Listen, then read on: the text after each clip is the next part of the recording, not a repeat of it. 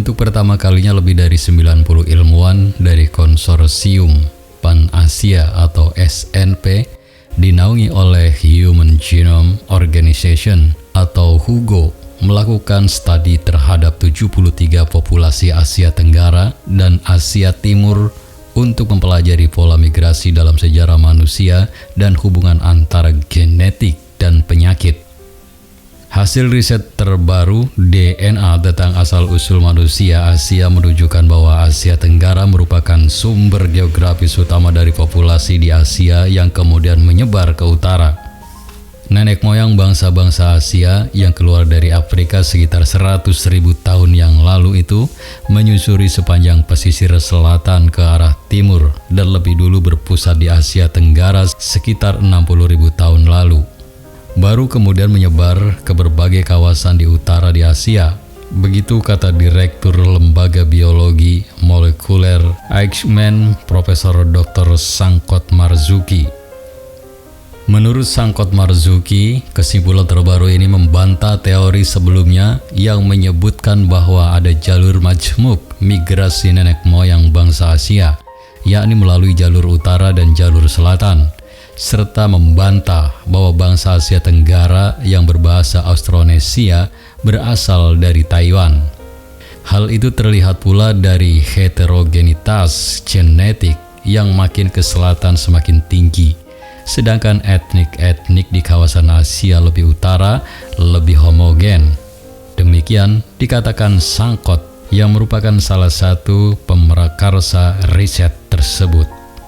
Riset ini dilakukan oleh lebih dari 90 ilmuwan dari Konsorsium Pan-Asia atau SNP, dinaungi Human Genome Organization atau HUGO yang meneliti 73 populasi etnik Asia di 10 negara, yaitu Indonesia, Singapura, Malaysia, Thailand, Filipina, India, China, Korea, Jepang, dan Taiwan, dengan total sekitar 2.000 sampel. Ernest Haeckel, seorang taksonomis Jerman menganut teori Darwin, pernah mengusulkan Lemuria sebagai kunci dari mata rantai yang hilang dari beberapa temuan fosil. Menurut beberapa sumber, Haeckel pernah menyatakan bahwa untuk melacak asal-usul manusia amat sulit, dan dia juga mengklaim bahwa banyak jejak fosil yang tidak dapat ditemukan karena sudah tenggelam di dasar laut. Ketika Charles Darwin menerbitkan bukunya On the Origin of Species by Means of Natural Selection pada tahun 1859 yang menyebutkan bahwa nenek moyang manusia tidak dapat ditemukan karena adanya missing link. Haeckel menduga bahwa nenek moyang manusia diperkirakan berasal dari Hindia Belanda, sekarang Indonesia, dan menjelaskan teorinya dengan sangat detail. Dalam sebuah ekspedisi yang dilaksanakan atas perintahnya, salah satu muridnya, Eugene de Bois, berhasil menemukan apa yang kemudian dikenal sebagai manusia Jawa, yaitu sosok fosil manusia purba yang berhasil ditemukan, yang di kemudian hari dikenal dengan nama Homo erectus. Para peneliti menerapkan era peradaban Lemuria di sekitar periode 75.000 sebelum Masehi sampai 11.000 sebelum Masehi. Jika kita lihat, dari periode itu, bangsa Atlantis dan Lemuria seharusnya pernah hidup bersama selama ribuan tahun lamanya. Gagasan bahwa benua Lemuria terlebih dahulu eksis dibanding peradaban Atlantis dan Mesir kuno dapat kita peroleh penjelasannya dari sebuah karya Augustus Lee Plogion tahun 1826 sampai 1908. Seorang peneliti dan penulis pada abad ke-19 yang mengadakan penelitian terhadap situs-situs purbakala peninggalan bangsa Maya di Yucatan.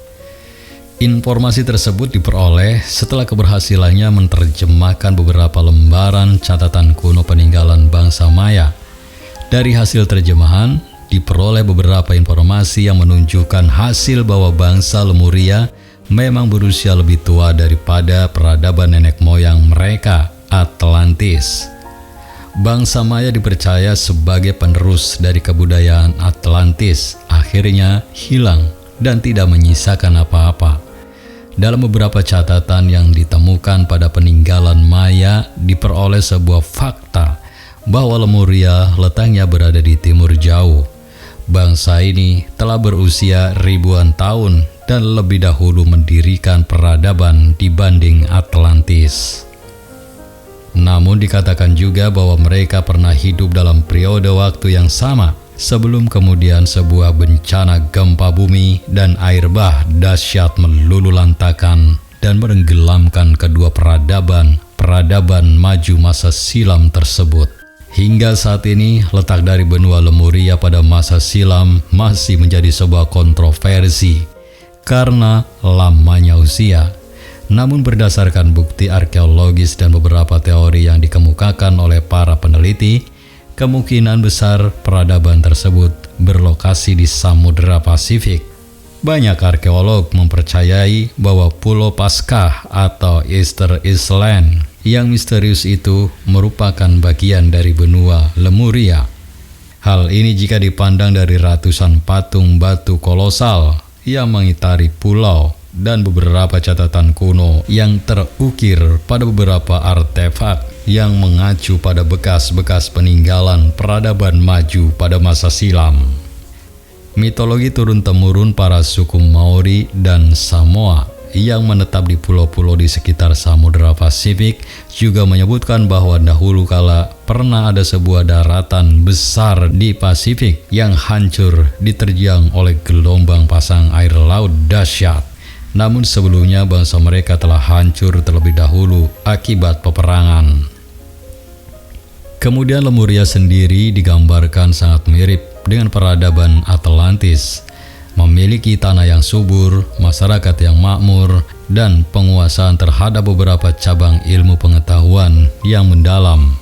Faktor-faktor tersebut tentunya menjadi sebuah landasan pokok bagi bangsa Lemuria untuk berkembang pesat menjadi sebuah peradaban yang maju dan memiliki banyak ahli atau ilmuwan yang dapat menciptakan suatu terobosan baru dalam ilmu pengetahuan dan teknologi mereka. Seperti banyak dikemukakan oleh beberapa pakar spiritual dan arkeologi bahwa bangsa Lemuria dan Atlantean menggunakan kristal secara intensif dalam kehidupan mereka. Edgar Cayce, seorang spiritualis Amerika, melalui channeling-nya berkali-kali mengungkapkan hal yang sama. Wilkwi Lemuria dan Atlantis menempatkan sebuah kristal generator raksasa yang dikelilingi kristal-kristal lain, baik sebagai sumber tenaga maupun guna berbagai penyembuhan. Banyak info mengenai Atlantis dan Lemuria diperoleh dengan men-channel kristal-kristal Old Soul yang pernah digunakan pada kedua zaman ini. Beberapa monumen batu misterius yang berhasil ditemukan di bawah perairan Yonaguni, Jepang dimungkinkan merupakan sisa-sisa dari peradaban Lemuria. Namun berbeda dengan bangsa Atlantis yang lebih mengandalkan fisik, teknologi, dan gemar berperang, bangsa Lemuria justru dipercaya sebagai manusia-manusia dengan tingkat evolusi dan spiritual yang tinggi, sangat damai, dan bermoral. Bangsa Lemuria mempunyai huruf dan angka tersendiri yang dikenal dengan tulisan Lemurian. Huruf Lemurian merupakan huruf yang pertama kali digunakan dan menjadi cikal bakal huruf yang dipakai kita sekarang ini, mulai dari huruf Latin, Arab, dan lain sebagainya. Huruf Lemurian bukanlah huruf biasa. Huruf ini sejalan dengan naik turunnya gelombang pikiran dan kode gen manusia. Huruf Lemurian adalah gambaran dari gelombang otak, bahasa telepati, pergerakan air, dan pancaran kekuatan, gelombang, frekuensi, dan semua yang bersifat alami. Dalam penulisan huruf Lemurian, tidak dikenal huruf besar maupun huruf kecil. Semua cara penulisannya sama. Penulisan huruf dimulai dari kanan ke kiri. Membacanya pun dimulai dari kanan ke kiri juga. Hal ini mengikuti pergerakan alam semesta yang bergerak dari kanan ke kiri.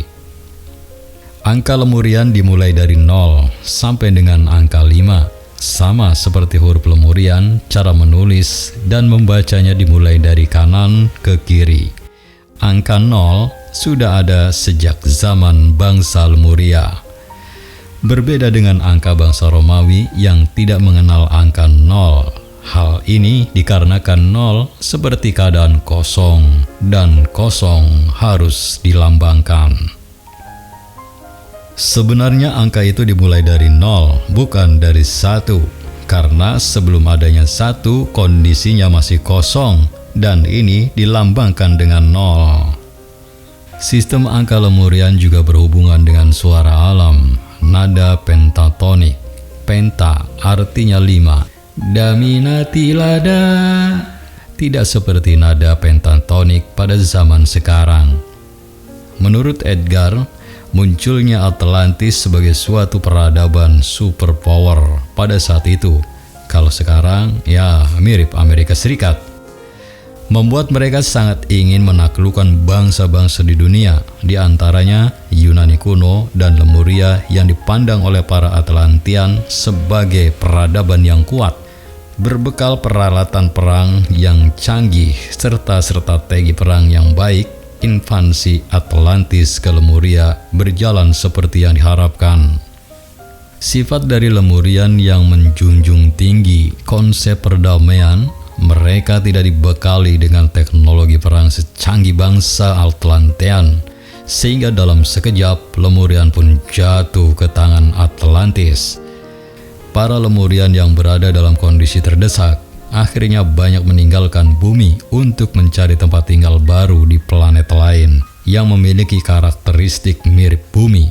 Mungkin keberadaan mereka saat ini belum kita ketahui.